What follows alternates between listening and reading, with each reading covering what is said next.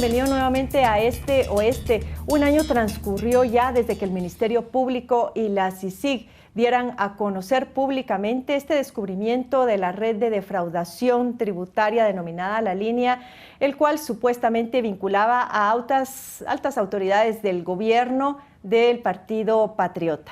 Todo ello desencadenó finalmente en la renuncia de Roxana Baldetti y de Otto Pérez Molina, quienes se encuentran en este momento procesados por la justicia.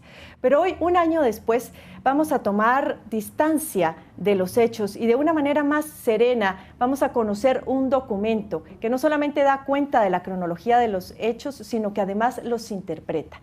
Conversaremos alrededor de esta publicación denominada La Revolución que Nunca Fue, que su autoría es del doctor Virgilio Álvarez, quien se encuentra con nosotros en esta ocasión. Vamos a tratar de irlo desagregando a lo largo de lo que el tiempo nos permita. Doctor, bienvenido. Gracias, Carmen. Gracias, televidentes, por atendernos. Pues el esfuerzo por intentar comprender tanto que pasó, todo la maraña, esperamos que sea un poco comprensible por el lector. Es un esfuerzo por explicarnos nosotros mismos en dónde, qué pasó y por qué pasó todo eso. Es hasta donde yo veo el primer documento que finalmente hace una reflexión sobre todos estos acontecimientos que han tenido pues un año de duración y que pues todavía pareciera ser que no han terminado de cuajar en términos de las reformas necesarias al Estado guatemalteco. De ahí el nombre de La Revolución que Nunca Fue. Cuéntanos un poco de esto, La Revolución que Nunca Fue. ¿Por qué eliges ese título?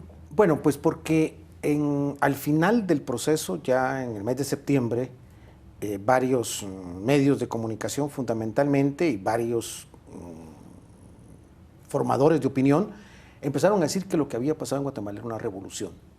Desde distintas perspectivas y ópticas esto se dijo, y en realidad es una palabra demasiado fuerte, y eso me provocó a comenzar a pensar, bueno, hubo una revolución en Guatemala, y al analizar todo lo sucedido, pues desde mi perspectiva teórica, analítica, pues esto no fue una revolución, y como se dice en el libro, no fue tampoco una cuestión que haya modificado algunas de las estructuras ni del sistema político, ni del sistema electoral, ni del sistema jurídico.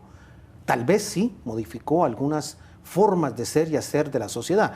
Eso está por verse, pero en consecuencia no hubo tal revolución.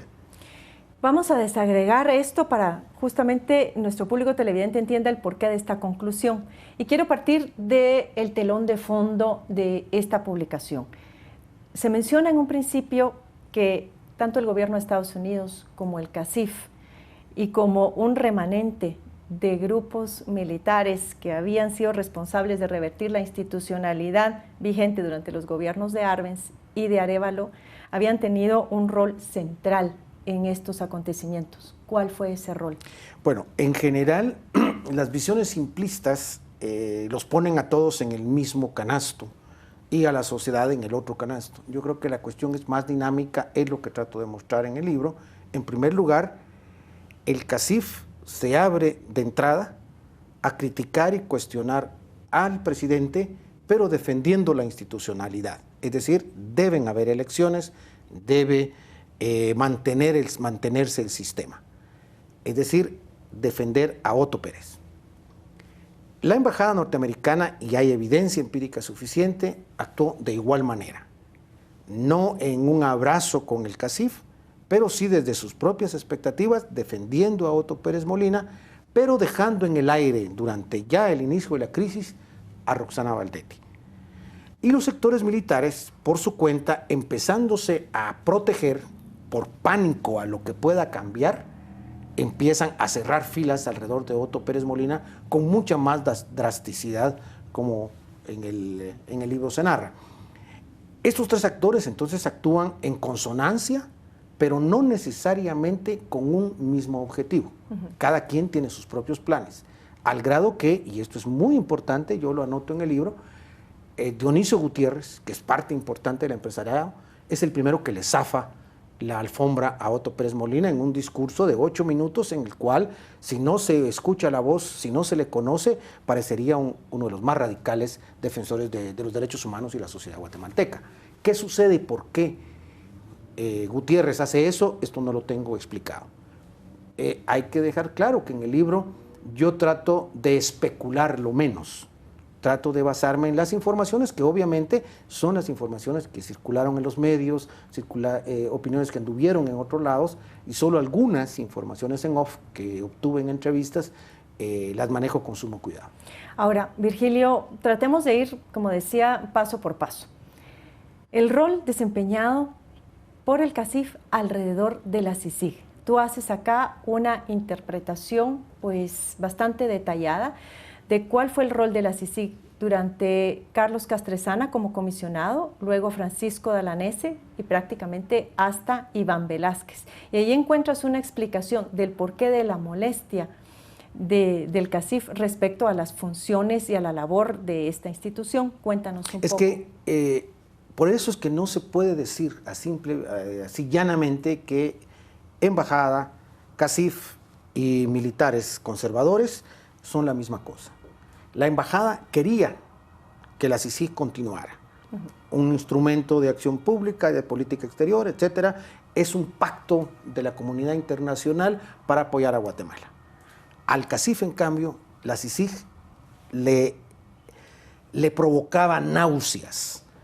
Con Castresana logran su salida porque Castresana intenta encontrar cómo comprometer a Álvaro Colom y resulta descubriendo que es una conspiración de los sectores conservadores. Esto fue el caso Rosenberg. El caso Rosenberg, y los deja desnudos.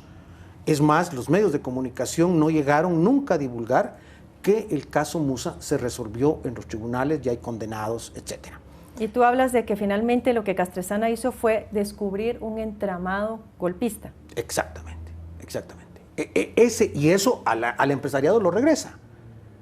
Viene de la NESE y de la NESE asume el tema de los derechos humanos, no porque lo quiera, era lo que estaba armado en la estructura de la CICIG. Solo un punto aquí, ¿ese entramado golpista estaba vinculado entonces a algunos grupos empresariales y conservadores del país o de quién provenía? Lo que se logra ver con la CICIG es que ese entramado golpista era más empresarial conservador, con algunos vínculos con el sector militar, pero lo básico, si recuerdas, son empresarios. Empresarios oscuros, que no necesariamente es el CACIF como un todo, ¿eh? Pero en el cual se montan en el carro todos los empresarios, salen a pedir la renuncia de Álvaro Colom y que Colom renuncie, que sea puesto ante los tribunales. Pero luego les aparece de la NESE muy tranquilo, pero resulta que asume todos los casos de derechos humanos, no logra resolver por algunas razones que según informaciones en El Salvador es por los intereses mismos de la estructura salvadoreña, no se resuelve el caso de los diputados, de la quema de los diputados salvadoreños, pero enfrenta los casos especialmente de Pavón y consigue el enjuiciamiento de Carlos Bielman y de Sperricen y Javier Figueroa. Figueroa queda... ¿cómo se dice? Es absuelto, pero Sperricen con cadena perpetua. Esto al empresariado guatemalteco le golpea gigantescamente, porque Sperricen era su hombre, Bielman era su hombre.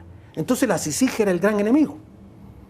¿Y tú crees por eso la renuncia de ambos comisionados en determinado momento Castresana, que aludió que su imagen estaba muy desgastada y prácticamente como que había una especie de complot, se dejaba entender en el ambiente en su contra, y luego Francisco Dalanese, que sale justamente a raíz de este juicio de Ríos Montt y de José Mauricio Rodríguez? Claro, a mí me parece que por debajo, y son cosas que de nuevo uno como investigador social no puede asumir como ciertas, hay necesariamente presiones internacionales para sacar al responsable de la comisión, al comisionado.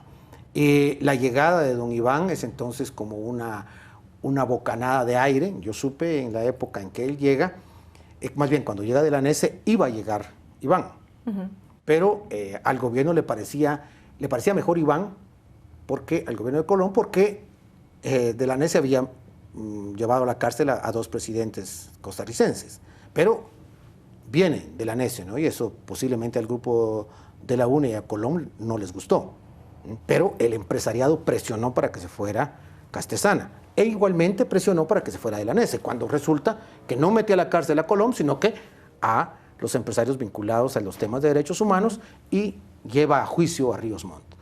Entonces, cuando tú llegas a la crisis, la CICIG está a punto de ser enviada de paseo. Ya prácticamente en ese momento, Otto Pérez Molina avisaba que había que revisar ese mandato de la CICIG porque no se había cumplido con los resultados que se habían planteado y que lo único que restaba era hacer la transferencia de capacidades.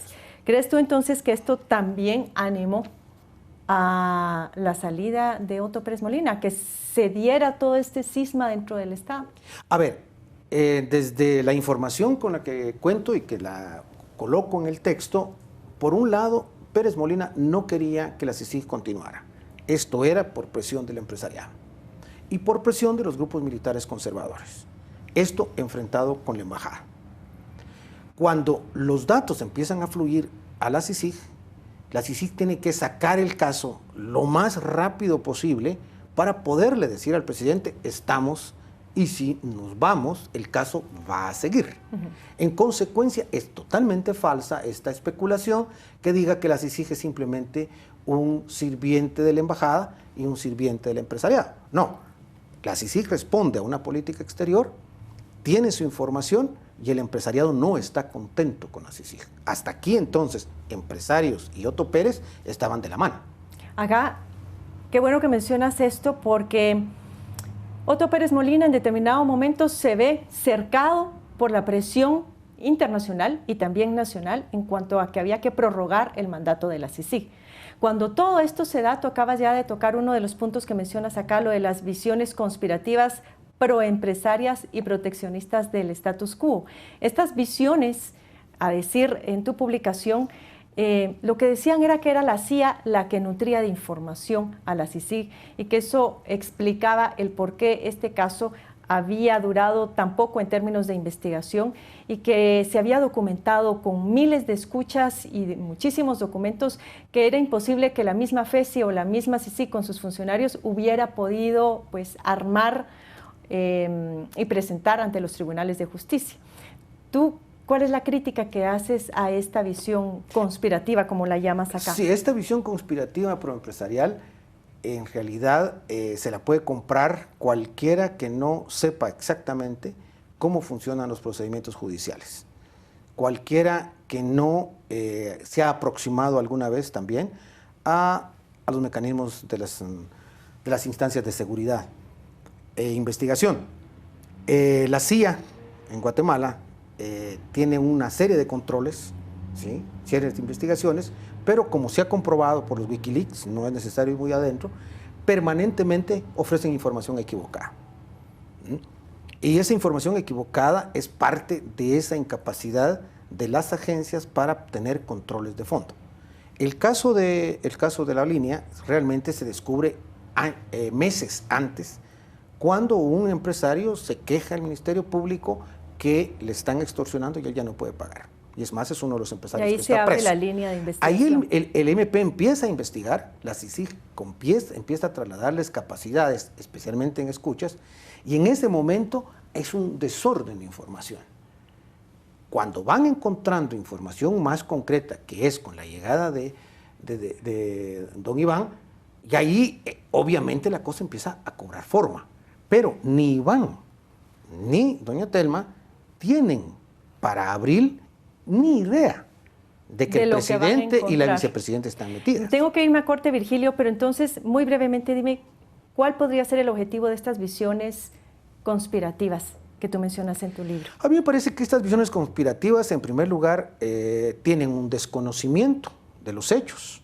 Tratan de presentarse como conocedores de los hechos y, por otro lado, tienen una aberrante visión de defensa del empresariado. Y entonces hay que defender a los empresarios guatemaltecos, ellos son lo mejor, ellos son lo máximo, y como yo narro en el texto, pues no son ni lo mejor ni lo máximo, sino un actor más. Y es absurdo y fácil decir que todo lo dirige Estados Unidos y que la Plaza, Iván, Telma y todo el mundo son muñequitos que dirige la embajada. Ya. Gracias, Virgilio. Vamos a irnos a un pequeño corte, pero al regresar vamos a conocer de boca del autor de este ensayo cuál es su análisis e interpretación de esas jornadas cívicas, de esas manifestaciones en la plaza durante el 2015. Así que nos vamos a unos pequeños mensajes y volvemos con más, no se vayan.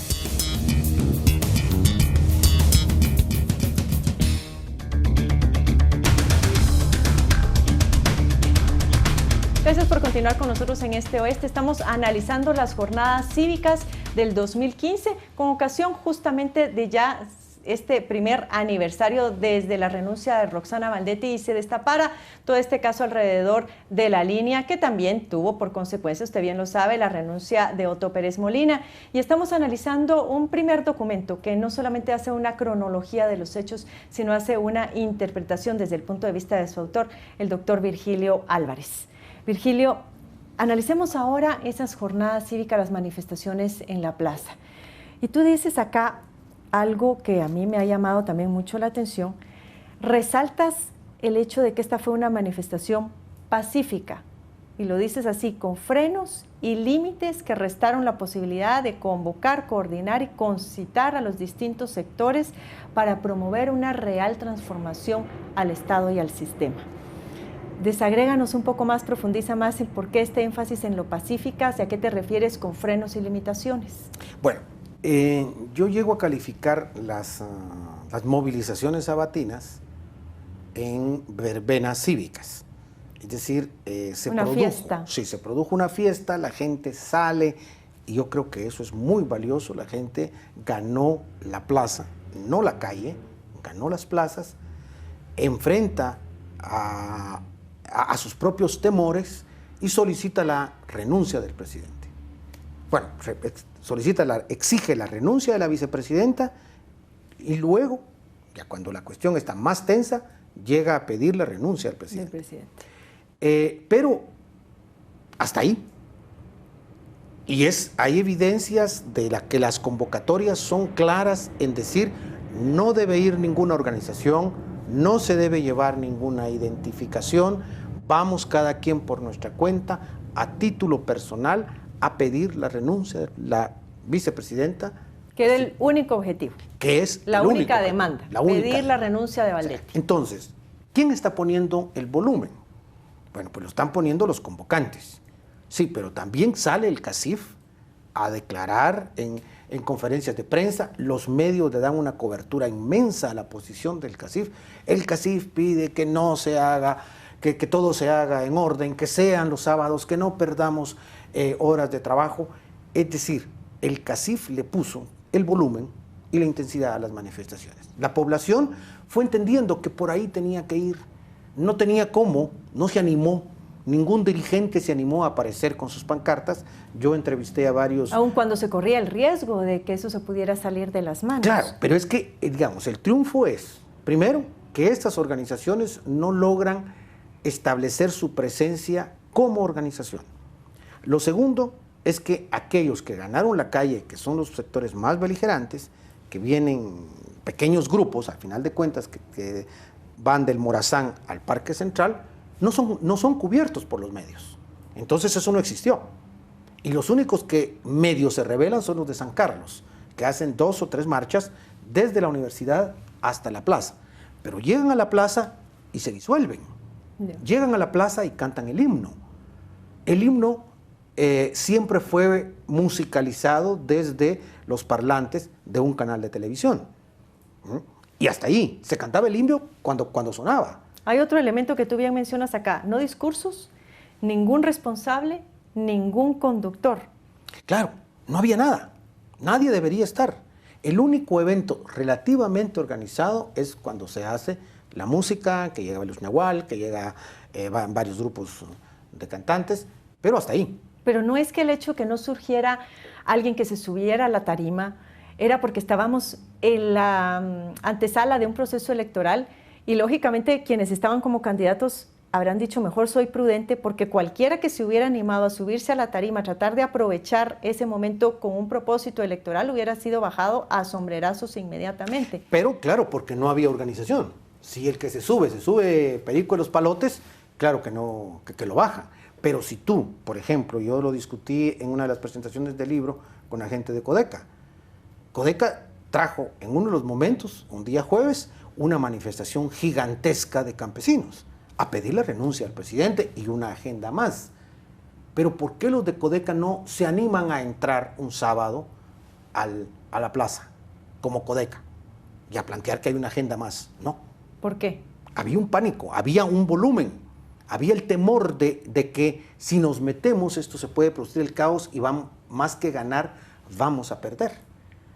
¿Por qué la dirigencia estudiantil de las 3 universidades no establece un comunicado en el que plantea una agenda realmente de reformas y se plantean demandas más allá? Tú tienes el caso de Egipto, para no ir muy lejos, digamos como ejemplo, o el caso de Túnez, en el cual los jóvenes manifestantes toman la plaza pacíficamente. De aquí no nos movemos hasta que en aquellos casos se vaya el dictador. En nuestro caso, hasta que se suspendan las elecciones.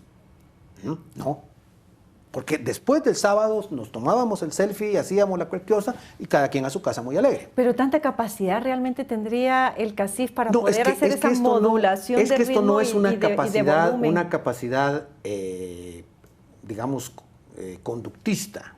Aquí lo que hay que entender, y es lo que yo estoy tratando de reflexionar, tal vez para producir un otro texto, es cuál es el contexto ideológico, político y social en que esto se da. La sociedad no tiene liderazgos sociales. La sociedad mantiene una ideología de que, bueno, lo que antes pasaba no sirve, ahora vamos a hacerlo diferente. Y la sociedad mantiene, y esto yo creo que sí es, creo que medianamente lo noto en el texto, la sociedad ha quedado metida en la idea de que cada uno se rasca con sus propias uñas. El individualismo, que ideológicamente se ha incorporado en todo el mundo, en Guatemala entra en los 90 y está totalmente fuerte. Yo me salvo, los demás no importan. Yo soy el dueño de mi destino. Entonces, ahí en la plaza yo llegué con mi demanda, con mis amigos, nos reímos, pero no nos juntamos para decir juntos, a ver, aquí los 5 que llegamos, ¿quién de nosotros va a presentar la carta? Y un individualismo que a parecer es más propio de las clases medias urbanas que de otros grupos, porque llamaba la atención durante las manifestaciones de la plaza, se dijo eso, esa es la manifestación de las clases medias urbanas, pero no se miraba dónde estaba la agenda rural, la participación rural. Claro, en determinado momento se suman algunos grupos indígenas, llegan también los 48 cantones, pero eso fue la excepción, por decirlo de alguna manera. Sí. No era la movilización total de toda la Guatemala, sino que eran grupos muy particulares. Aquí yo descubro un dato, y lo presento en el texto, y puede ser que hayan otros analistas que presenten datos diferentes. La capital, los municipios de Guatemala fueron electores masivos de Otto Pérez Molina, tanto en la elección de 2007 como en la elección de 2011. Entonces, la plaza se llena de los agraviados. De los agraviados que no son capaces de decirle a Pérez Molina, nos fallaste, sino decirle, se va, pero incapaz ideológicamente de poder construir una opción a corto plazo. ¿Por qué? Porque no eran de Otto Pérez, no eran patriotas de anaranjado metido, pero era la ideología que estaba atrás de Pérez Molina, la ideología que estaba atrás del patriota, era la expectativa de esa población. Entonces... Pero que ni siquiera sale a manifestar por esa cuestión, digamos, no era una cuestión ideológica, como tú lo mencionas también en tu libro, no era un reclamo que a esas alturas no había cumplido con sus promesas de campaña. Exacto. Sino que dices que el detonante fue, o la mayor ofensa fue el reclamo porque se había enriquecido ilícita y ostensivamente, ni siquiera era por tráfico de influencias, que tú haces una crítica aquí bastante dura en términos de que tráfico de influencias ha sido parte de la cultura guatemalteca en términos de conseguir empleos o de conseguir beneficios. Totalmente. Es decir, yo creo que el tema de la corrupción en Guatemala, y lo he dicho, es que Otto Pérez Molina y su gente son corruptos porque Guatemala es una sociedad culturalmente corrupta.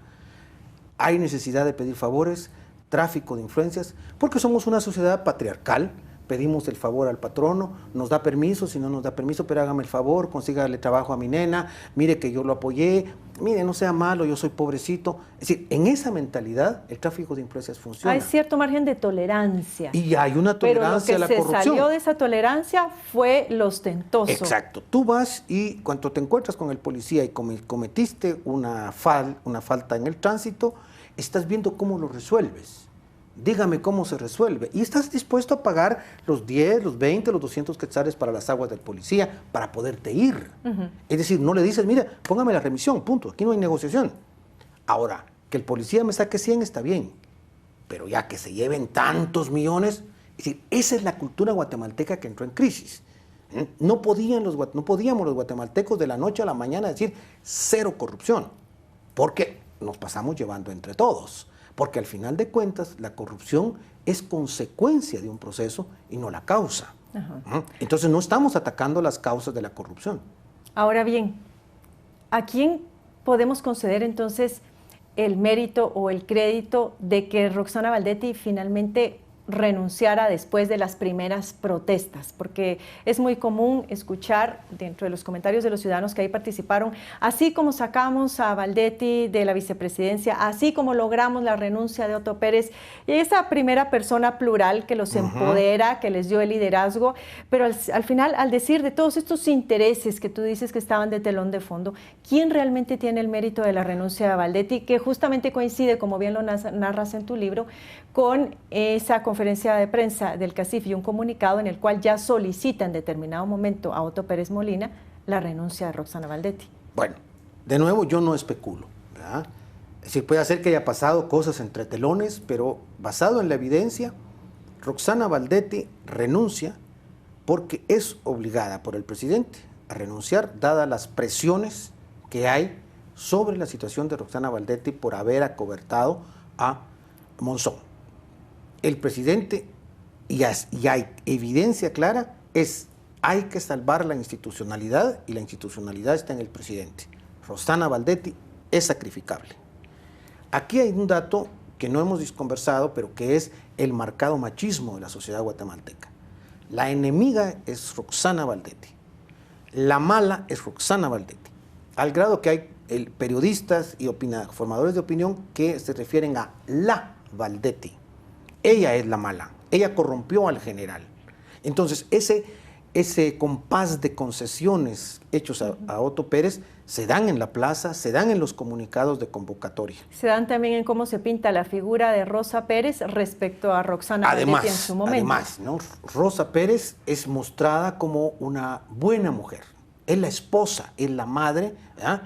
No es la esposa del corrupto, abnegada, ni la religiosa. madre de los corruptos, sino la abnegada, hasta la tonta, porque la mujer guatemalteca tiene que hacerse la zapa, porque el marido le es infiel, etc. Y en cambio, él es el hombre que fue manejado por las artes eróticas de Roxana Baldetti. Y peca por culpa de ella. Y roba por ella. Es decir, y solamente entonces, al final, con Otto Pérez, tenemos claro que sale de la presidencia, porque en la estructura que se armó, la causa judicial que se armó en su contra, era enormemente sólida. Y la embajada ya no lo puede detener, y el CACIF tampoco lo puede detener. Que era su intención, según tú narras. Sí. La intención era que Roxana Baldetti saliera del poder, pero que Otto Pérez quedara hasta el final de su mandato. Esta era la intención, tanto de la embajada como del CACIF. Como el CACIF. En aras de discursivamente preservar la institucionalidad y el Estado de Derecho, sí, hasta que ya finalmente el agua les llega al cuello, porque después de eso viene el caso Ispiza, viene Gustavo Martínez, etcétera, etcétera, y se dan cuenta que esto es insostenible, entonces ya se solicita también la renuncia de Otto Pérez. Pero ya como digamos, bueno, disculpe general, pues usted también se va a tener que ir. Disculpe general, pero se va a ir al bote, lo sentimos mucho. Pero es decir, hay mucha paciencia, solo faltó que le pusieran un carro para llevarlo. Claro. ¿Ah? Ahora, ¿lo sacó la plaza? No. Ahora, antes de irme a este otro corte, y también muy brevemente, cuando Otto Pérez finalmente se le pide también la renuncia, es ahí donde dice, bueno, que conste que no hay solamente una línea 1, hay una línea 2. Esto lo hace en revancha por aquellos que lo habían dejado solo en su momento y a quien él también culpabilizaba de lo que estaba pasando y de haber alimentado esta red de corrupción. De nuevo, como no como yo hago el esfuerzo de claro, trabajar con evidencia empírica, en tu hipótesis. es decir, hay mucha información, y yo entrevisté gente, hablé con mucha gente, y hay cosas que dicen que pasan, que van a pasar, etcétera. Pero hay un dato importante. Dionisio Gutiérrez es el primero, como decíamos en el primer bloque, el que le zafa la alfombra de manera muy rara. Lo ataca, lo critica y le dedica 8 minutos de su programa. Al final, Otto Pérez Molina dice, hay una línea 2, hay quienes lo están haciendo. Y hay una carta de Dionisio Gutiérrez que le dice, bueno, si usted dice que hemos cometido alguna acción, existen los tribunales. Es decir, sí hay una ruptura final de Otto Pérez con los empresarios. Esto evidencia que él siente que al final lo han dejado solo. Aún allí, Otto Pérez no se anima a decir que la embajada lo dejó solo. Otto Pérez solamente se ha enfrentado a la embajada ahora que dio las declaraciones estando detenido. Esto quiere decir que la embajada sí lo apoyó hasta el último momento. Sí apostó porque él terminara su mandato. Sí. Vamos a volver después de este corte a hablar sobre lo que fue ya el proceso electoral y todos estos esfuerzos impulsados desde la Universidad de San Carlos para generar estas plataformas que pudieran hacer emerger propuestas que modificaran las estructuras del Estado y que finalmente pues no terminaron de cuajar en su justa medida. Así que con esto, al volver de este pequeño corte, le esperamos, no se vaya.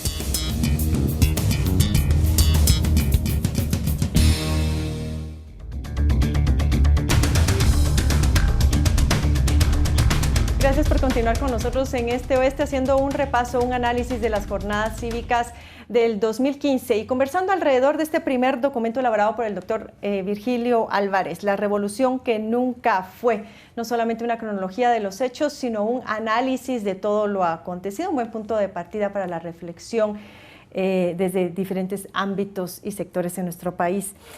Bueno, pasamos ahora ya a este esfuerzo impulsado desde la Universidad de San Carlos que yo mencionaba.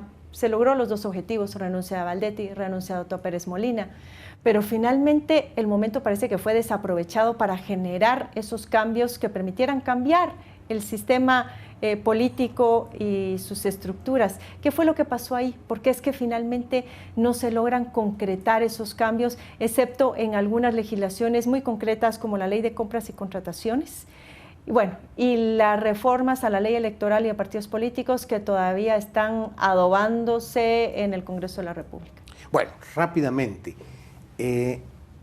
la plataforma se constituye como una propuesta al interior de la universidad, de las autoridades de la universidad, y en consecuencia se establece como un espacio institucional, lo que trae como consecuencia que tiene que moverse dentro de la institucionalidad. Pero la plataforma convoca un conjunto de organizaciones y toman el acuerdo de que van a decidir por consenso, es decir, un aporte democrático muy alto, pero un candado. Porque entonces con una organización, con uno de los que esté presente, de acuerdo, no pasa. Todo se viene al suelo. Y ahí están presentes tanto organizaciones de la sociedad, como instituciones, la universidad, y agentes externos, extranjeros. Participa la OEA, participan agencias de cooperación internacional. Entonces, esto ya se convierte más en una arena de debate y discusión, más que en la posibilidad de construir una vanguardia que dirigiera la movilización. La universidad, entonces, niega su posibilidad de dirigir, yo insisto, como institución no podía hacerlo, tenía que moverse en la institucionalidad, y el movimiento social se niega la posibilidad de dar un avance, porque se amarra a la figura del rector. El rector entonces va a las marchas, el rector llega a entregar la propuesta de reforma a la ley electoral, pero no se animan a hacer una propuesta profunda. Y lo que yo digo, el Tribunal Supremo Electoral se saca de la manga una síntesis de propuestas que dicen que tú le llamas reformita y se produce una reformita. ¿Por qué? Porque no va a fondo del problema central de Guatemala, la democratización de los partidos.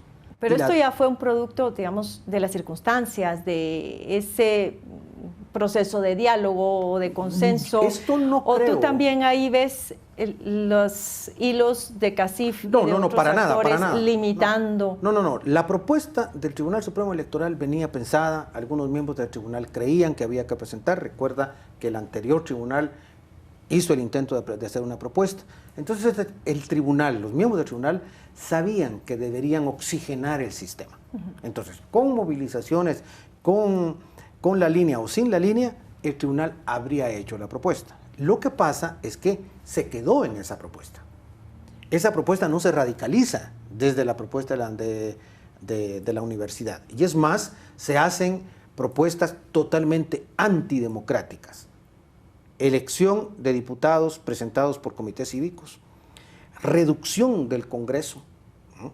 Son dos propuestas enormemente antidemocráticas. La primera, porque anula la posibilidad de los partidos políticos, elimina cualquier diálogo nacional y lo dejan en actores individuales, y al reducir el número de diputados, tú tienes la reducción de la representación. Claro.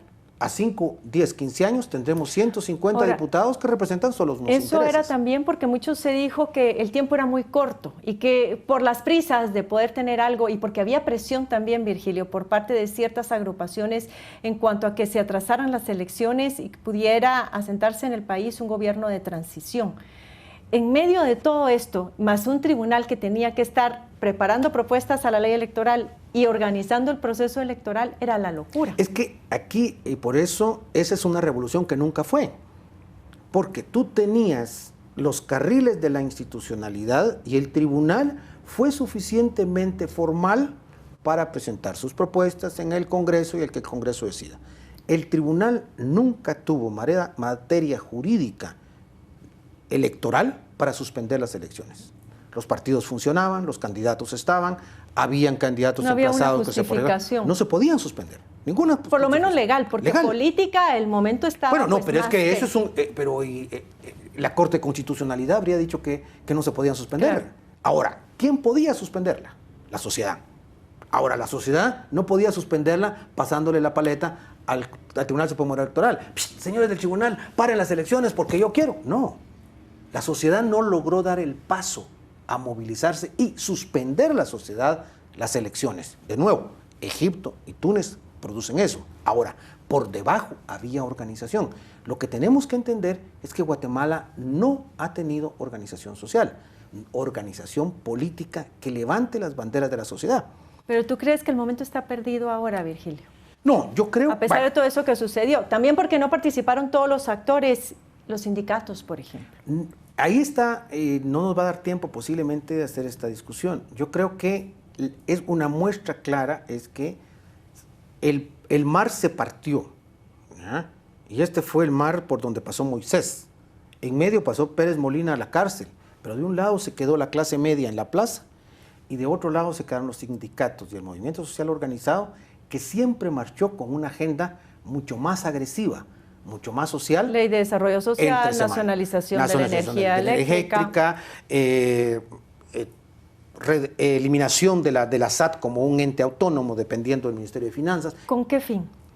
A ver, a mí me parece que los sindicalistas tenían claro que si la clase media hacía la reforma profunda del Estado, sería una reforma eminentemente neoliberal y ellos quedarían al margen de cualquier disputa política y social. Y podían perder también los beneficios obtenidos en el pacto colectivo. Más que los beneficios del pacto colectivo, a mí me parece que perderían lo que han ganado como organización social. Lo del pacto colectivo, obviamente, sí, pero tanto para el magisterio como para los de salud, y esto está claro, la Procuraduría General de la Nación revisó todos los pactos colectivos y el de los maestros no lo pudo presentar para ser anulado. Entonces, ellos se han sabido defender. El problema está que la clase media no ha sabido construir puentes hacia allá y ellos han ganado mucho radicalizándose. Pero al final hay una intersección en determinado momento, tal vez sin planificarlo, entre los sindicatos y el propio CACIF de mantener el status quo. Eso es lo que yo digo aquí, una alianza totalmente no anunciada, no dicha, pero los dos ganaron. Porque el CACIF quería mantener el status quo, ya a los sindicatos les convenía. ¿Quién fue el actor que impidió que hubieran más cambios? La clase media. Es decir, los cambios que podíamos haber conseguido en mejoras en la ley de partidos políticos, en revisión a la estructura de los partidos políticos, a eliminar la corrupción y hacer un programa de gobierno más activo, lo podía haber hecho la clase media más ideologizada, en alianza con el sector popular. Pero aquí se partieron y nunca se dio esa posibilidad. Fragmentación limitó la capacidad de acción. Virgilio, me quedan alrededor de 4 minutos, pero entonces una crítica bastante dura a la sociedad que participó en la plaza, en términos de decir, bueno, al final no le tocó a Valdizón, que ese es un tema del cual ya no pudimos hablar, pero ya no le tocó a Valdizón y dimos un salto al vacío. Así se titula este subtítulo del capítulo de tu libro. Y dice, con Jimmy, el votante perdió su capacidad de imaginar y exigir soluciones a los problemas públicos, conformándose con un supuesto manejo honesto del erario. Y también los ciudadanos no fueron capaces de anular masivamente su voto, con lo cual también son responsables de la atomización del Congreso. Cuéntanos un poco. Bueno, pues el salto al vacío es evidente, ¿no? En esta crisis de identidad ideológica de los sectores medios de la sociedad, no había a dónde aferrarse. Si lo atamos a que eran electores del proyecto patriota, Sinibaldi desaparece del mapa electoral y no hay ningún candidato que pueda responderles esas expectativas de un programa marcadamente neoliberal, que es el que ideológicamente domina en la clase media. Entonces, bueno, no se puede votar por Valdizón, no se puede votar por Sandra Torres, hay que votar por alguien como Jimmy Morales. Pero hay que tomar en cuenta que en las elecciones puntearon 2 candidatos importantes. Fuerza con Yamatei y Viva con Suri Ríos. Estos 2 candidatos obtuvieron casi la totalidad de sus votos en la capital y los municipios de Guatemala. En el resto fueron desconocidos. Esto quiere decir que cuando se va al segundo turno, estos votos, Yamatei y Ríos, no se mueven hacia Sandra Torres, se mueven hacia Jimmy Morales. Entonces pesó más el tema de la honestidad y el manejo probo de los recursos en un momento en el cual lo que más surgía eran esas transformaciones profundas y un plan justamente para instalarlas en el país. Al presentar un plan se habrían planteado propuestas profundas y el centro, la clase media, no es capaz de pensar que hay que resolver los problemas de pobreza, de medio ambiente, etcétera, para que la clase media se salve. Sino que en ese discurso individualista, nosotros ya nos salvamos, los demás a ver qué pasa, ¿no? Pero nosotros ya nos salvamos. Hospitales, bueno, sí, pobrecitos los pobres, pero yo no voy a los hospitales públicos. Escuelas públicas, bueno, sí, tienen goteras, pero mis hijos no están en escuelas públicas, etcétera. Entonces, esta visión egoísta de la cual se ha llenado la clase media, no le permitía encontrar un candidato que le respondiera. Entonces, en el segundo turno, Jimmy Morales. Fue quien logró capitalizar eso. Sí. Y para cerrar, Virgilio, ¿qué nos queda entonces? Bueno, yo, a pesar de que el texto está lleno de pesimismo, yo creo que sí queda un gran optimismo. La sociedad ganó la plaza, ahora le falta ganar la calle. La sociedad la clase media descubrió que es un actor importante, aunque no fueron ellos los que sacaron a Pérez Molina y a Valdetti, hay la sensación de que se pueden hacer cosas. La clase media no está organizada, puede encontrar formas de organización modernas, activas. Entonces yo creo que hay una esperanza. La nueva generación, y este es un gran reto, los jóvenes entre 20 y 30 años tienen la posibilidad real de construir un país diferente. Pues muchas gracias, Virgilio, por haber compartido con nosotros algunos aspectos de este análisis tan interesante que haces de las jornadas cívicas del 2015, y para el público televidente que esté interesado en conocer este primer documento, que es una buena base para la reflexión y el análisis, ¿dónde pueden conseguirlo? Bueno, se puede comprar en todas las librerías. El libro fue editado por Serviprensa, que asumió toda la responsabilidad de la publicación, se venda o no se venda. Pero yo creo que sí vale la pena comprarlo. En todas las librerías lo pueden pedir, casi todas las librerías tienen servicio a domicilio. Ahora, quien lo tiene a un precio un poquito más accesible es la librería Casa de la Cultura, que está en Casa Cervantes, allá en la zona 1. Es cuestión de encontrar el número de teléfono y Chito Pacheco es un magnífico librero, atiende a la gente y él se puede encargar de llevarlo. Pero lo pueden pedir en cualquiera de las otras librerías, solo diciendo que fue editado por Serviprensa y ellos se lo piden a Serviprensa. Una gran contribución a la historia de nuestro país. Muchísimas gracias, Virgilio, por tu tiempo y tu disposición. Gracias a ti y gracias a los televidentes por escucharnos y por vernos.